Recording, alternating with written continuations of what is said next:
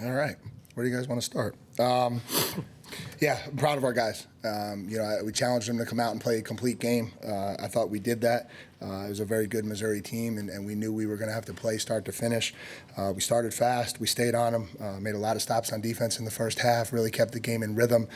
Connor obviously came out, had a heck of a day, 18 for 22.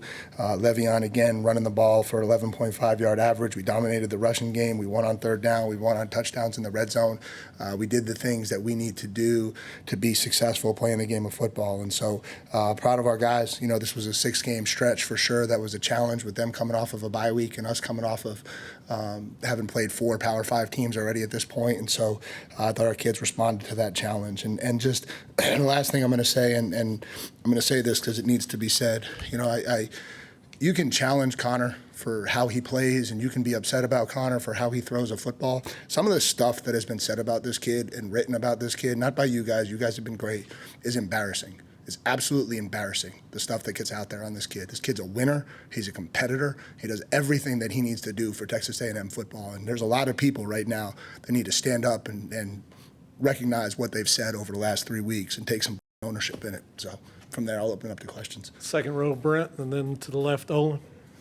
Speaking of Connor, when did you know he would be the guy, and how did his week of practice go? And also, is Marcel Reed okay? I'd heard something maybe about his ribs as well. Yeah, no, Marcel's okay. He went in at the end of the game. Marcel got just sore from running the football and getting tackled, but Marcel's okay. Probably coming off the field Thursday, we had an idea it was going to be Connor. He was able to take a full week of practice. We were really happy with how he practiced. We kind of wanted to just get into today and make sure pregame he had the zip that we hoped he would have, and he did. And so once we saw him throwing the ball around the way he's capable of, we felt good that that's the direction we wanted to go. Front row left, Olin, and then Kirk on the end. Yeah, Mike, could you have foreseen, considering the explosiveness of Missouri's offense, an outing where your defense is going to hold them to just one touchdown? And I also wanted to add to that, did the crowd noise, do you think, how much did it assist y'all defensively? Yeah, I mean, I think the 12th man certainly heard some of the statements made about how easy it was to play in Kyle Field, and that was good. And they were certainly riled up, and we always appreciate them. We knew they'd be there strong this week. And, we're capable of being a really good defense. When we communicate, when we do things the right way, when we play the game that we're capable of playing, we're capable of being a really good defense. And so, for the most part, we did that today. Still some things to fix and clean up, but if we keep progressing, we have a chance to be a pretty good defense. Second row right, Kirk, and then we'll go to the left, Alex. Yeah, Mike, can you play any better than this? You played against a top 10 team and just dominated from start to finish. And are you guys a serious SEC contender at this point? Oh, we're 5-1, 3-0, headed into a bye week. That's all we are. And can we play better? Yeah, I think we can play a lot better. I still think there's a lot of things out there that we can play and fix and do better. And so, we're in a growth mindset. That's how we talked about this thing. We were going to get into this season and put our head down and try to grow every single day, get better, and ultimately just try to reach the capability that this team has, whatever that is, whatever that ultimately amounts to. We didn't flinch when we didn't get the job done against Notre Dame. We just kept grinding. And again, these aren't statements. I'm not trying to make statements about anything, but we just got to keep going. We're where we want to be right now. We couldn't be in a better spot responding after Notre Dame, and but at the end of the day, we still have half of a season to play, and this thing can still go a lot of different ways, and so we got to still keep working. Second row on the left, Alex. Yeah, specifically just what you make of how you guys were able to control the line of scrimmage on each side, and specifically getting after Brady Cook. It never seemed like he got into a rhythm. No, I think these are the games where you're going to get sacks, right? When you get a big lead and the quarterback's kind of got to sit back there and throw the ball, and that puts him at a lot of risk, and that's really challenging. And so, we were able to pressure him quite a bit today. I think we got him 6 times, and he's a talented kid. He's a really good player. We knew we had to try to make him uncomfortable with all the skill that we had. And I thought we were able to do that today. Fourth row on the right, Ben, and then we'll go to the left, Sam. Just going back to the environment, almost same, I guess, dynamic as complementary football in the sense of y'all playing well, the crowd gets involved, and y'all feed off of that. What are some things y'all talk about as a team especially easy things within y'all's control, to be able to maximize that home field advantage? Yeah, it's really, football is about, the focus that you have to do what you're supposed to do every single play, right? And that's the challenge of the game of football. And it's hard. It's hard for 19-year-olds to stay dialed in for 3.5 hours amidst all of the challenges and the elements out there. But when we do that and we play to our capability, we have a chance to be really good. And I think the kids are starting to at least believe that a little bit, that if they'll just stay focused on the things that are important and do the things that are important, we have a chance to have some success. Sixth row on the left, Sam. Hey, Mike, I just wanted to ask you about what you mentioned on top. What bothered you most about what was said about Connor outside of here? How false and fictitious it all was. I mean, this criticism specifically. Not criticisms of him as a quarterback. Okay.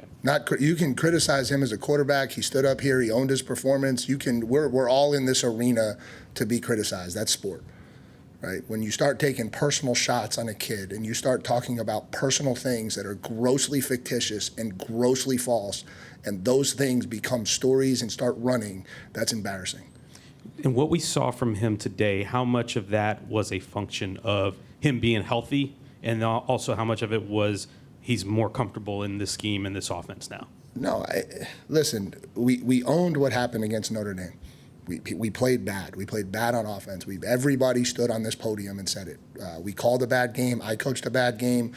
Receivers played a bad game. Quarterback played a bad game. We played bad, and everybody in our program owned it. So I don't know that it's anything other than we had a bad night and we went back to work to get better, and we're seeing progress moving forward since then. And today we played better. And so now we've got to keep doing that. This doesn't become a statement, we've got to keep doing it, because we're going to have other big opportunities here where we're going to have to go up and we're going to have to perform and we're going to have to play football the way we know how. Third row on the right, Cedric, and then we'll go back behind the lights. Hey, Mike, and after that Notre Dame game, you knew this game was coming up, and this was kind of an early season acid test for you.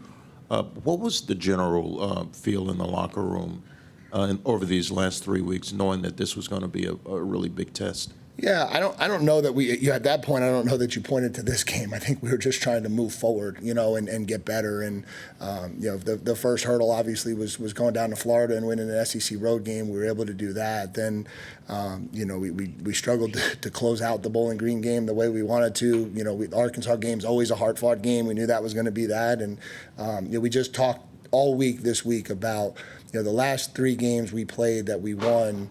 We had moments where we played really well and then moments where we didn't. And we had to eliminate the poor parts of our game, and we had to kind of focus to play at our level the way we could. And today was maybe the first time we did that a little bit more consistently, and I think that's maybe what we're capable of. Coach will go back behind the lights, ladies first, and then Tyler. Coach, you preach effort. We hear it at practice. We hear you talk about it. It felt like your team gave a full, complete game effort today. What do you think was the difference maker? Yeah, just that. I think it starts with committing yourself to strain every play. And if you pour everything you have into something, you have a chance to be really good at it. If you kind of half-step your way through things, you can't be what you're capable of being. That's why I was so riled up for the defense at the end, even though they got that field goal. For them to continue to play the way they did down the stretch at that point, 41-7, but keep playing, keep trying to get that stop. I felt like that deserved the round of applause it got, and so it's what we want to pride our program on. I told you guys when I got hired at the opening press conference, we want to be a blue-collar group that maximizes our potential, and effort's certainly a starting point to that.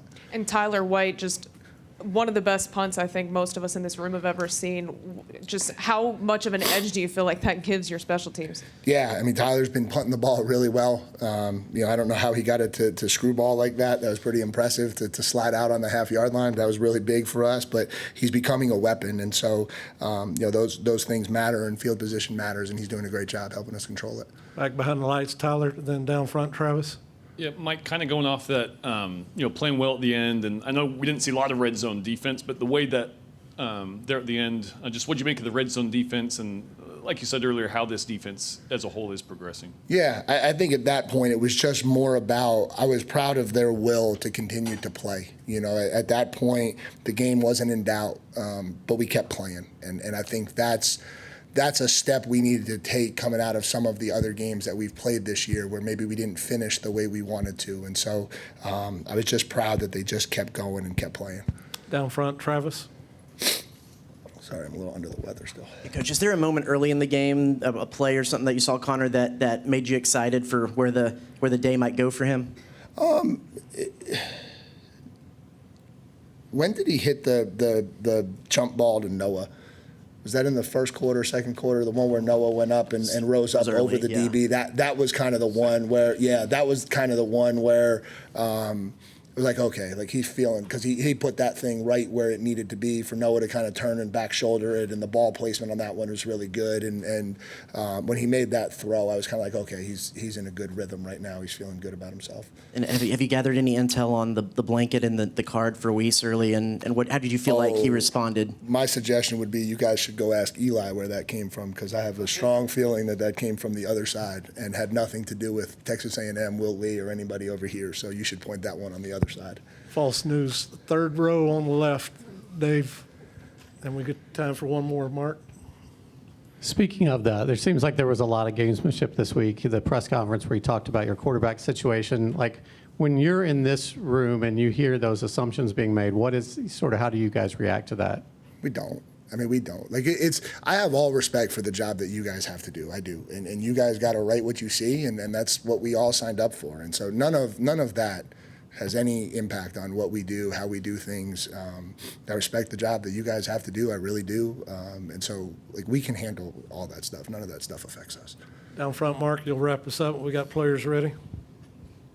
Mike, it looked like the offense was moving at a much greater tempo today than it had been the last few weeks.